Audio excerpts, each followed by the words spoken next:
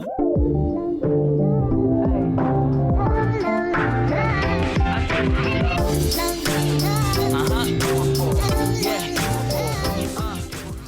guys, welcome back to another episode of Day Chats. If you are watching this on YouTube, you may notice there is no video. And that is because I'm recording this literally Saturday night, the day before this episode is going to get posted. And to be completely honest with you, it is 11:33 p.m. and I'm tired. I got home not late actually. I did not get home late tonight, but I was just really tired. I just took off all my makeup and I just did not want to set up my station to record. It is super freezing cold in my house. You guys, if any of you know me, then you know that this is one thing that I've recently been complaining a lot about. Not complaining because there's a solution, but just something I've been expressing to like anyone that will care to listen is that it is so freaking cold in my house. It is much colder inside my house than it is outside of my house. But at the same time, like we kind of like it better this way. And by we, I mean me, because I can bundle up in jackets and sweaters and blankets and it's just a wonderful time. But at the same time, like it's freezing. So I'm laying in my bed with 3 blankets on and 2 jackets on, and I'm living my best life. I'm so comfortable. So that's why there's no video. And if you are listening to this on Spotify, Apple Podcast, or wherever you listen to your favorite podcasts, which I hope it is this one, then you're peachy, you're golden. Okay, so what is this episode going to be about today? As you may have seen in the title, today is going to be a very laid back, fun episode. It's not going to be heavy. I feel like the last couple episodes back to back have been kind of heavy and kind of had more of a not sensitive topic, but just something more to talk about. And today I wanted it to be something more laid back, something where we could just enjoy, listen, gather around together, and eventually do a little more deep diving. But for today, we're going to keep it surface level. We're just going to hang out. Before we do that though, I want to go ahead and give a little introduction about who I am, who you're listening to, what this whole podcast is, because we are almost 20 episodes in and I feel like I haven't really done an explanation or an introduction, and we actually have quite a few new listeners. So for all of you who maybe just started listening to Day Chats or this is your first episode ever, welcome to the Day Chats family. This whole podcast is dedicated to discussing things that happen in our life that people just don't want to talk about. That's the best way that I could put it. Really, I'm just here to expose everything that happens in my own life and bring on other guests who are so gracious enough to share their story, to highlight the facts and highlight the things that happen in our life that don't go well. Oftentimes, especially nowadays, we get so wrapped up in social media and so wrapped up into highlighting all the great things that happen in our lives, which is great. Don't get me wrong. I love seeing how happy people are and like all these amazing things that happen in their life. But when we take it down another level, I don't know how other people may see, but the way I always felt is, what am I doing wrong? Why do I feel this way? Why am I going through this? Is this just happening to me? I always felt like I was perhaps the only one going through these things. And I already have always struggled with talking about my emotions and expressing my feelings. So it's not like if I was going through something, I felt comfortable asking someone, hey, like, this is happening to me. Are you going through that as well? No, I would just, suck it up and pretend like nothing was going on. And for a really long time, that's exactly what I did, until I started having breakdowns and lashing out on people, and all of that started erupting one way or another. So I decided to create this podcast to highlight those things and give ourselves a platform to talk about these things.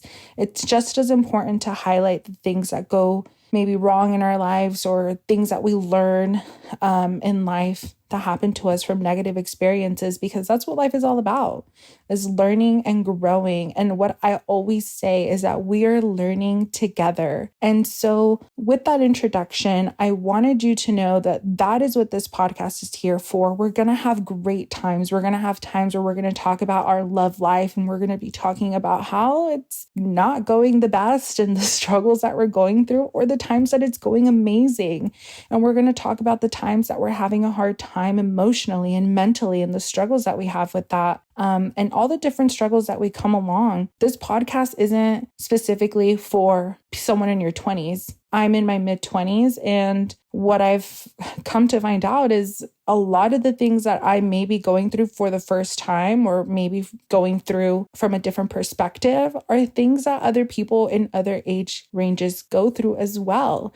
So regardless of how old you are, and regardless of what point you stand in, this is a podcast that you can listen to and feel and truly see yourself as someone who can find themselves in someone else. A podcast where you could see that you have a community around with you that are going through the same things as you, that you're not just going through all these things alone. Because as lonely as sometimes things may feel, we must remember that we are not the only ones going through those things. And that's the whole point of this podcast. So I hope you stay, and I hope you continue listening through all the episodes of Day Chats.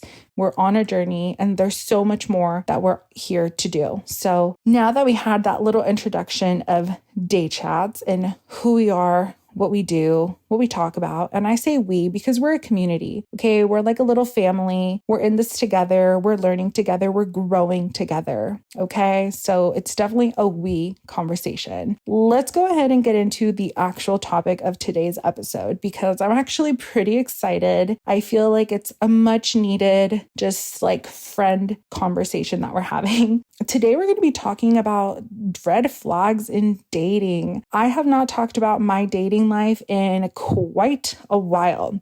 The last thing I told you guys about my dating life was back in the summer of 2021 when I released the episode, The Queen is Free, which you guys actually gave me quite a lot of support and love on that episode. So I totally appreciate that, because it was very much needed at the time.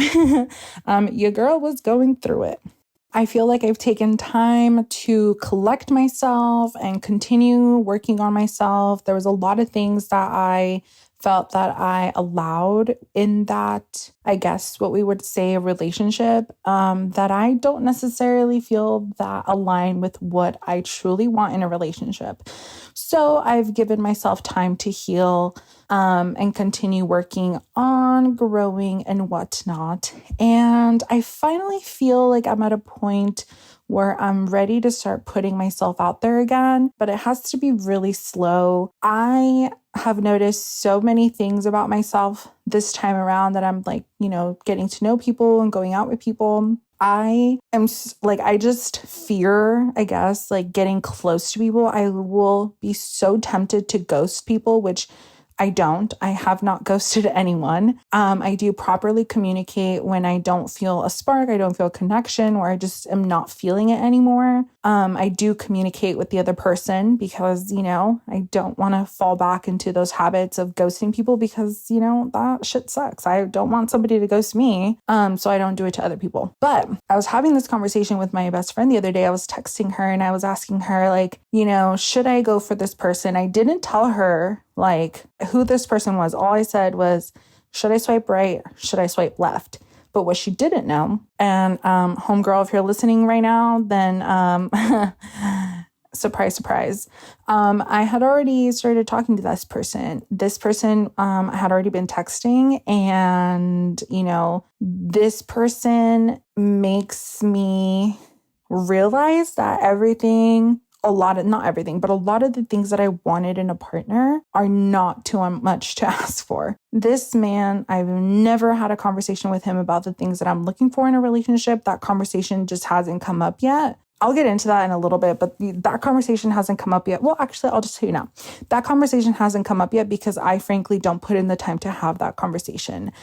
The effort that this man shows is quite literally scaring me away. not because it's creepy, not because it's too much, but because it's just something that I'm not used to. And so I don't want to text him back because I'm like, oh my God, like he's putting in all this effort and like he's giving everything that I want, like not everything, a lot of things that I want. Like he just is doing it without me ever telling him. And so it's scary. It's scary. And it just makes me realize that I need to continue like either pushing myself out there or be honest with him about my situation, like how I'm feeling in terms of like how this is like a lot for me. This is really scary for me. And we need to like slow it down. I don't know how much slower it could possibly be. We're literally just getting to know each other. So there's that. But yeah, it's just like bewildering to me. And it also makes me realize that I need to go back to therapy, which you guys, I need to tell you this quick story. Quick little side note. It's a little detour here. I have been with my therapist for probably like almost a year at this point. And when I first started going to my therapist, I really did feel like he did help me. I always did feel like there was more that I could get from him and he just wasn't giving me. But at the time, it was what I needed. I was okay with settling, essentially. I haven't had an appointment with him in a while because I was busy and I just was in a good mental place. So I didn't feel like I needed to go see him. And then during the holidays, my mental health was kind of all over the place. It was up and down, up and down. So I did feel like I needed to see him, but I didn't want to text him to make an appointment. So then I ended up having an appointment with him. I, show up to our appointment. It's virtual. And I'm telling him how all these things are happening. I'm telling him about how I really want to start deep diving onto my what codependency is and like how my professor told me I was a classic definition textbook case of a codependent. And I want to know more about that because that's something that has really impacted me and really affected me ever since she told me that. And I want to learn more about this. I want to see like how I can heal and grow from this because I 110% resonate with that after doing my research and learning. And I was telling him all these things. I was saying like, this is why I feel this way. And this is why I think that she's not wrong. And this, and that, right? Telling him exactly everything. And then at the end of my whole rant, basically, I said, but other than that, things have been pretty fine. And he said, literally all he said to everything I just said, well, yeah, that's really all you can ask for is hope that things are, doing okay and you're doing well. And I literally just looked at him like, what? Like he not once acknowledged that I talked about codependency, not once asked me anything else about it, not once said anything like, yeah, this is something that we can talk about. Nothing. And so I stood quiet for a little bit. And then literally like our appointment ended probably like not even 10 minutes after that. And he tried to reschedule and I was like, no, that's okay. Like I'm okay for right now. And it was at that point that I realized, okay, it's time to move on to a different therapist because there's a lot of things that I've been noticing about myself that I feel would be better suited discussing with a therapist. And I just feel like I need that support. I don't have all the resources that I could handle on my own. Obviously, there are resources available. I could read books and whatnot, but I feel like I just need that professional assistance to talk through these things with them, like with my codependency issues and like the attachment styles and like how I'm seeing that play out right now and like certain things in my personal life and whatnot. So I'm definitely on the hunt for a new therapist. And ideally, I would want a Latina therapist. I feel a woman would be a more understanding of a lot of the challenges that I'm bringing up and a lot of the things that I've experienced, and adding to the fact that a Latina would also understand the viewpoint that I'm coming from. Because I noticed that it was a little bit difficult with my therapist for him to understand some of the cultural differences and cultural traumas that I had gone through because he wasn't Hispanic. So he understood some things, but other things it was easy for him to just tell me to dismiss and write off. without acknowledging that my cultural background makes an impact as to how I'm perceiving the world and how I'm experiencing the things that are happening to me. And so that's why I prefer that. So now that I told you that little backtrack story about how we need to get into therapy, let's actually start getting into the episode, because that's going to lead into our first red flag, which, if you don't remember, because we rambled on for quite a while, this whole episode is going to be talking about red flags that I have encountered while dating men, and also some red flags that my friends have encountered. I did reach out to some friends to ask what they thought some red flags were, and I'm here to spill the tea. Keep in mind that these are our personal opinions as to what is a red flag. You may consider other things a red flag. If so, I would love to hear them out. Send them out to me. Please send in your red flags through the Date Chats Instagram. I would love to see them if you have other red flags that you want to add. And even if you disagree with some of them, I'd love to know why you disagree. Give me your reasoning. I would love to see maybe a different viewpoint, and whatnot, but just take this with a grain of salt, okay? These are red flags. If you agree, that's awesome. Just keep an eye out for these, okay?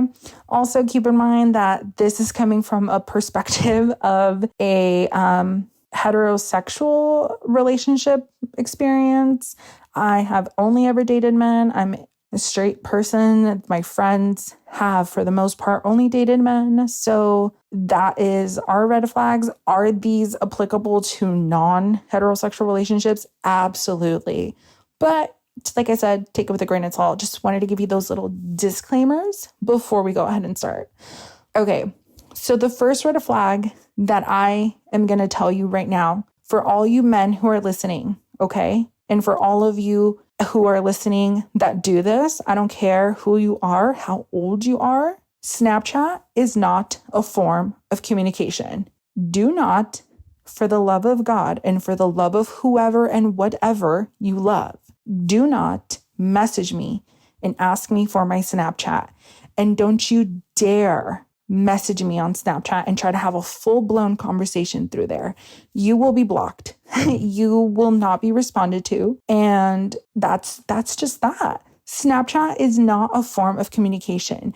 I'm about to be 25. Sir, you are 30 years old, 35 years old. You have no business asking me for my Snapchat rather than my number. 0. And just for a little bit of perspective, and really, I think the only person that listens to this podcast that I know of that's under the age of 18 is my cousin, one of my cousins. So if there's anybody else that's younger than the age of 18, I really don't know what that experience for you is, because my cousin who is 21 told me that that is a normal experience for him. You know, we had this little conversation during New Year's Eve. I was telling him, I was like, oh my God, this guy asked for my Snapchat instead of my number. Like, that's so weird. Like, why would he do that? Like, he's close to 30, like, you know, stupid. And he's like, what? Like, no, if he would have asked for your number, like if I would ask for a girl for a number, like she would think that's way more weird than asking for her Snapchat, which I thought was just beyond me, like super ridiculous. Could not imagine. Personally, for me, do not ask for my Snapchat, okay? If you want to get to know me and you want to, you know, talk to me on a regular basis, ask for my number. Do not ask for my Instagram so you can DM me. Do not ask for my Snapchat, because it's not going to happen. It's just, that's my biggest one. That is my biggest pet peeve, and that is my biggest red flag, especially for those of you who are old, over the age of like 23, I don't know. Stop asking for Snapchat. Ask for their number, okay? Do not ask for their Snapchat unless you literally only want to just have them on there and like send the random picture here and there. But don't ask for my Snapchat to communicate with me, because it's just not going to happen. That one gets me so worked up because it happens all the time and I hate it so much. I literally just get to the point where I'm like, I don't have a Snapchat. Do I have a Snapchat? Yeah. But do I tell them? No, I literally just say I don't have one or that I don't use it, because it's just so annoying and frustrating, because that's how you know. That's how you know that they honestly like don't want anything serious with you. Again, this is my opinion. This is my perspective. Your experiences could be different, but to me, if a man comes up to me and asks for my Snapchat rather than my number, I'm going to assume that you only want to hook up or you do not want something serious. You don't really want to get to know me. And therefore, I'm not going to take you serious. And therefore, I have no interest in getting to know you on a romantic level. Okay? It's just as simple as that. The next red flag. So this is something that I recently started to experience, and I'm starting to put 2 and 2 together, okay?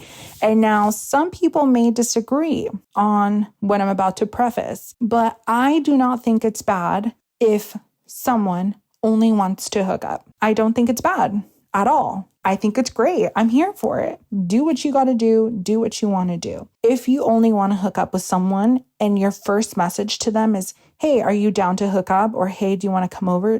Something to that effect. I don't take that offensively, and I don't think that's bad. I think if you put that in your bio, that's the only thing that you're interested in, I think that's great. Why? Because then whoever matches with you or whoever starts talking to you knows that that's your expectation. And I think that's totally fine, totally fair. However, what I have started noticing is that these men are putting in their profiles, or when they're getting to know you, they're putting very affectionate, so on and so forth.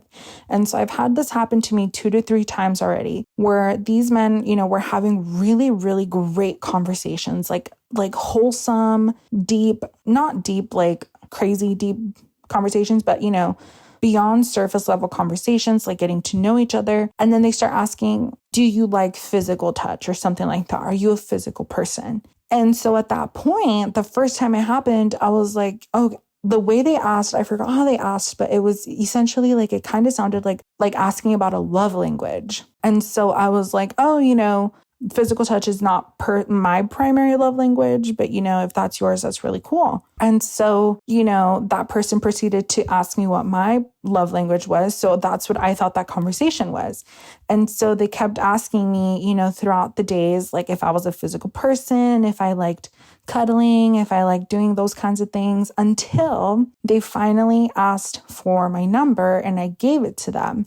And so they asked me, at this point we have had good conversations, and that person did, make some comments about being a physical, like touchy person, which at that point I kind of had an idea and a feeling of where this conversation was going to go, but I gave him the benefit of the doubt because we had really good conversations. So I was like, okay, well, this conversation's going really well, so I am just going to give him the benefit of the doubt. Boy, was I wrong.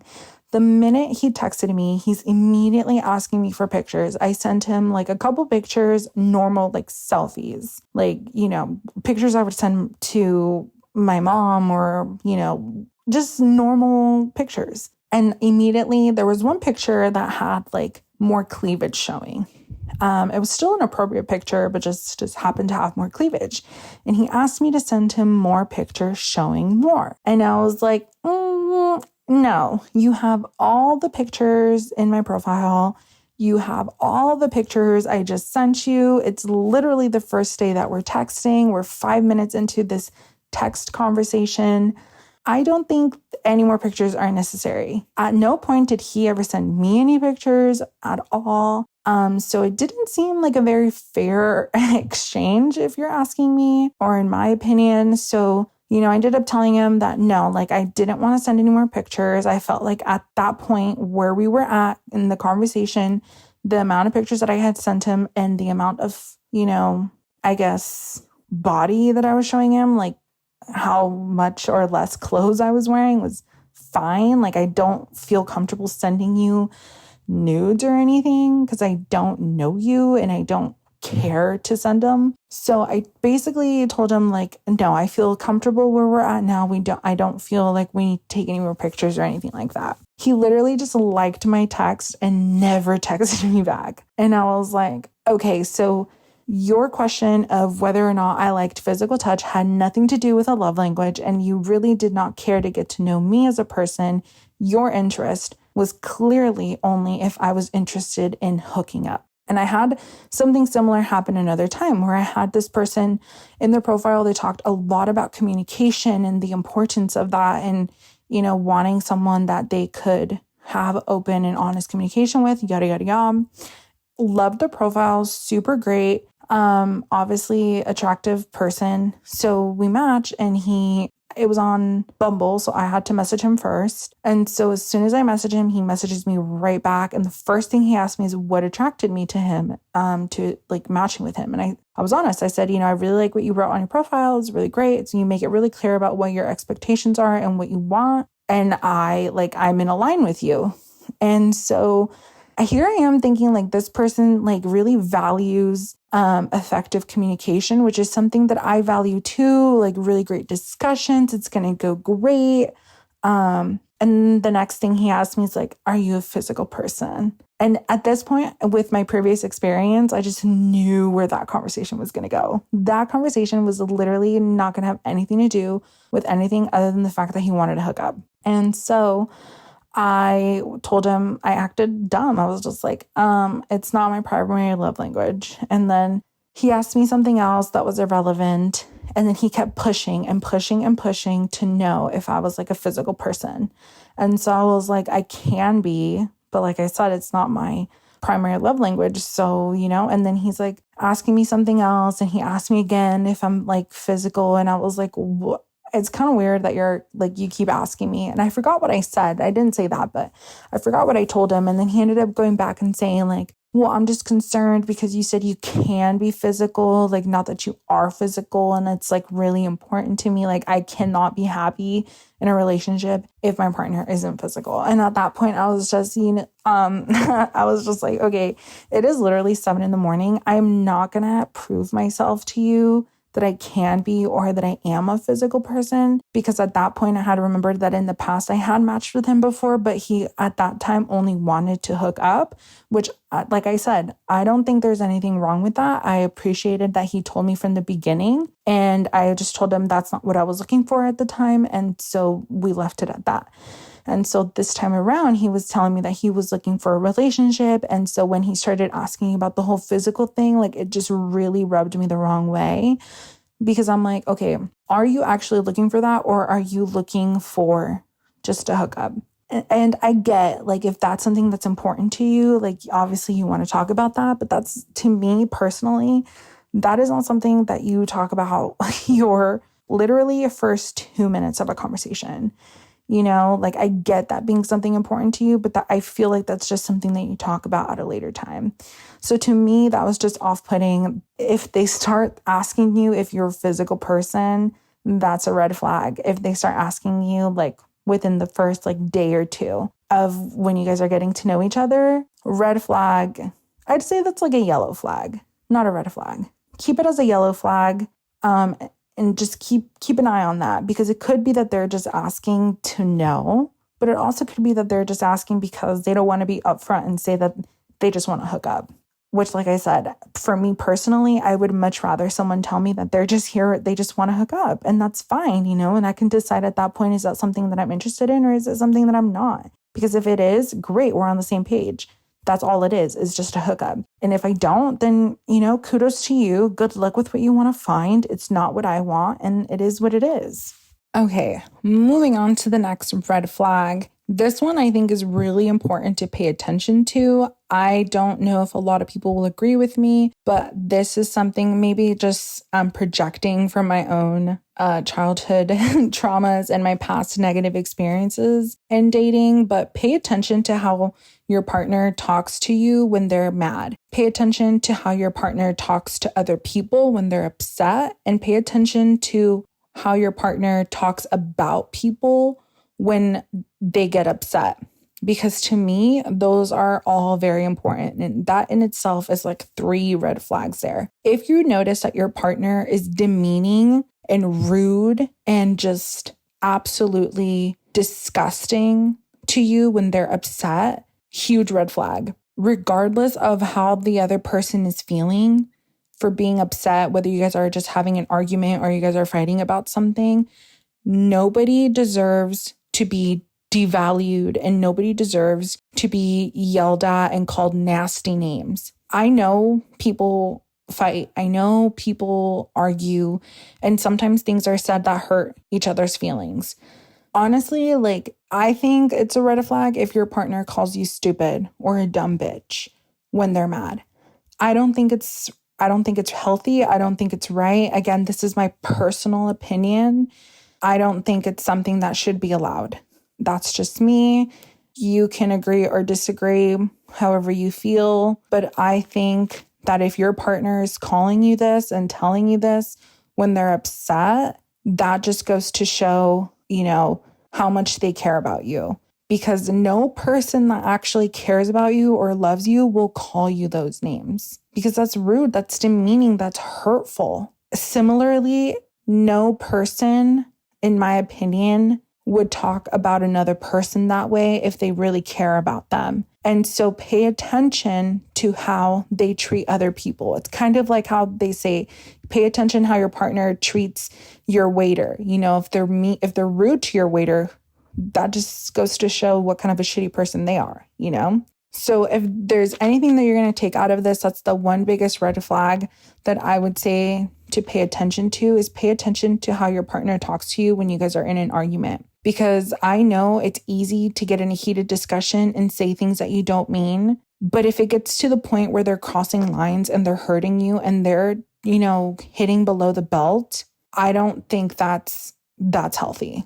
And I don't think that's something that is excusable. I think it's very normalized in today's society to think that's normal. I think a lot of people our age and our parents' age grew up in marriages that allowed verbal abuse. And so a lot of that, even though it's been watered down sometimes, is still seen as acceptable. And I don't think it's acceptable. I don't think it's normal. I don't think it should be allowed. And I don't think it should be, accepted and seen as, oh, we're just fighting. It's just what we say because we're mad. No, because if you are not like that, then why are they treating you that way?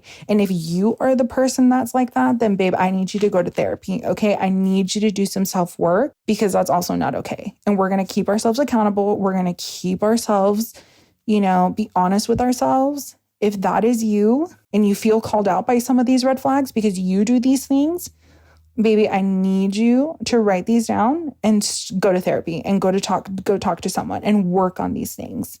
Because the last thing that we want to do is continue being toxic after recognizing that we are doing things that can hurt other people and that we knowingly do these things to hurt other people because we're not going to allow that. Anyway, moving on to the next red flag. Obviously, kind of going along with that is what your partner does when they're angry. Are they throwing things at you? Are they pushing you and shoving you? Who are they using to mitigate when you guys are in a fight? If you guys have children in the room together, are they using the kids to put them against you or to get you to stop fighting, to manipulate you? Things like that. Pay attention to those things. Those are huge red flags, okay? And I'm going to leave it at that. I don't feel we need to get more into it at this time, so we're going to leave it there. Okay, besties, another red flag that's going to be a little bit hard to maybe notice at the beginning is when someone is love bombing you. And I say it's a little bit hard. Maybe it's just me, but sometimes I can't tell if I'm being love bombed or if a person is just putting in good effort. Like I said, this is something that we need to maybe discuss in therapy to kind of learn how to gauge like what's love bombing and what's not. But love bombing is essentially when someone is right away making plans in the future, right? So like, let's say we meet and within the first week, they're already saying like, oh my gosh, like we should go here in a couple months. We should do this. We should do that. Like talking about things that they want to do and experience way in the future, right? Or saying like, oh my gosh, I can't wait until we're here, or I can't wait until we do this, or we're going to have so many kids and things like that within a short amount of time of you guys actually getting to know each other, because it starts creating this illusion that you guys are in it for the long haul, which is why it's called love bombing, because they're literally like blowing you up with all this illusion of love. And that's when they start calling you honey and baby and wanting to like be in like what feels like a relationship with you within like the first 3 days of getting to know each other, like the first month or something like that. That is love bombing. You want to keep an eye out for that, because sometimes, like I said, maybe it's just me, maybe other people will find it easy, but I don't know. So I'm putting it out there. Sometimes it can be a little bit hard to pinpoint what is love bombing. So you definitely want to keep note of that. I was recently dating this guy who I definitely kind of felt after the fact that he was love bombing me, because he did exactly that. Like, we were barely even, I wouldn't even say dating. I say dating very loosely, okay? Like, we were just getting to know each other. I went to high school with this guy and like we reconnected, and like right away started calling me babe, baby, would call me all the time, would text me all the time, would tell me that he was going to marry me and wife me up and we were going to have kids together and he wanted this whole life with me. I literally was like, you need to like slow down, because I can't. Like, this is too much. This is way too much. And so, yeah, it was like I'm not gonna lie. Here, this is my red flag, is that I literally played into it a little bit, knowing that he was love bombing me. I like egged him on a little bit. I was like, yeah, you should get like my name tattooed on you. Okay, besties, I'm calling myself out. Okay, don't yell at me. I know this. I know it's not good. This dating whatever person, like this person that I was dating, is long gone. I ended up blocking him and like literally just not talking to him. I think like right after Christmas, so, or right before Christmas or something like that. So it's been quite a while. But yeah, that's just your little example. All of us have at some point, or actually, no, I take it back. Not everyone. But it happens. Okay, besties, it's fine. It's fine. It's fine. We're going to be fine. But let's just learn how to recognize that. Okay, here's another one. Some of you may disagree. Again, this is my opinion, and I will die on this hill. What's the saying? Birds of a feather will flock together, or something like that. Pay attention to who his friends are. Pay attention to what his friends do. If his friends are shady, odds are that he's kind of shady too. Maybe not to the extreme of who his friends or how shady his friends are, but odds are that he is too. So pay attention to who your partner's friends are, because you do not want to be that person who was blindsided, okay? And it's up to you, my friend, if you want to continue in a relationship with someone who has like awful friends who are constantly cheating on their partners and partying and clubbing all the time, and you are the opposite of that. You want a monogamous, stable relationship with someone that doesn't party up. It's just, just pay attention, okay? Pay attention to that stuff, because it matters. Who their friends are makes an impact onto what kind of decisions they make. Because at the end of the day, who do you go to when you're looking for someone to talk to? You go to your family if you have a relationship with them, and you go to your friends. Okay? Along with that, if he talks over you, if he dismisses what you say because he thinks you're joking or doesn't take you serious, red flag. Literally dump his ass, dump their ass, okay? Dump them. You deserve someone who's going to value what you're saying, who's going to take you serious, and someone who's not going to be a complete jerk. And you also deserve someone who's going to actually listen to what you say. I promise you, their thoughts are not more important than yours, and therefore the beginning of their sentence does not need to interrupt the middle of yours. I promise you, they could wait until you are done speaking for them to say what they need to say. So if they're constantly interrupting you, cut them off. And because this episode's already getting kind of lengthy, I'm going to go ahead and do a rapid fire of a couple of red flags that are cliches and really common ones. But I'm going to tell them because you guys need to remember these red flags, because I know all of us get the case of a dumb bitch-itis sometimes, and we are very much so dumb bitches, regardless of our gender or identity. And we just forget about these red flags, okay? So let's just listen through them really quickly. If they're rude to their parents and their friends and their waiters, red flag. If they talk about their exes and call them crazy, red flag. Most often than not, they probably make their exes crazy. If every single one that they say is crazy and that they did something wrong, your partner that is telling you that is probably the one in the wrong. Another quick red flag, if he yells at you for no reason and has a bad temper, red flag. He needs to work on that. Another huge one, oh my gosh, don't even get me started on this one. This just triggered a memory. If there are issues that you see in him and you bring it up and he refuses to work on them because he doesn't think he needs therapy, he doesn't think he needs help, he doesn't think he needs to change, red flag, leave him. I keep saying him, but just know that it's just, because I'm speaking from my experiences, but you place that into whoever you're dating. If they do not acknowledge and do not want to make the change, that is completely on them, and it is not your job to change anyone, okay? And so if your partner refuses to work on these issues that you're bringing up, red flag. And last but not least, if he does not trust you or if your friends don't like him, red flag. One of the biggest reasons why they are with you is because they trust you. And if they don't trust you and there's nothing that you both went through that, caused a trust issue between the both of you, I'm not talking about like past experiences. I'm talking about like you didn't go through something together and your partner doesn't trust you, a red flag. Okay. And if your friends don't like your partner, red flag. If it's just like one friend or something, then yeah, maybe yellow flag. But if all your friends are telling you like, hey, I get a really bad vibe from this person, big red flag. And obviously, if this person is telling you that you cannot hang out with certain people or you have to be home by a certain time or that you can't go out with your friends unless they go with you, red flag. Okay, besties, we are independent. We know what we want. We know what we deserve, and we're not going to settle for anything less than that. So if any of these red flags spoke out to you, if this triggered you to think of more red flags, oh my God, please send them over to the Date Chats Instagram.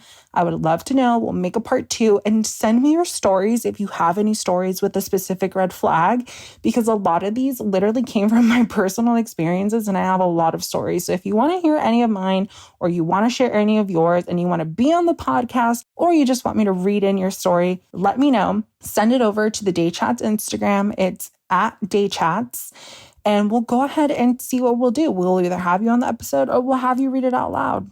Or I'll read it out loud, I should say. And we can be totally anonymous. So send us your red flags. Like I said, this was a very laid back and just chill episode. This whole episode just made me feel like this is why dating is a whole mess on its own. But honestly, like if you remember to pay attention to these things and just let yourself have fun, then things are fine. Things are going to be a-okay. But until next time, we'll go ahead and take a little breather for now, okay? I think it's good. It is 12:26 a.m. and your girl's tired, okay? I'm sleepy. So we're going to go ahead and end this episode here. I hope you guys have a wonderful Sunday. Until next time, embrace the day.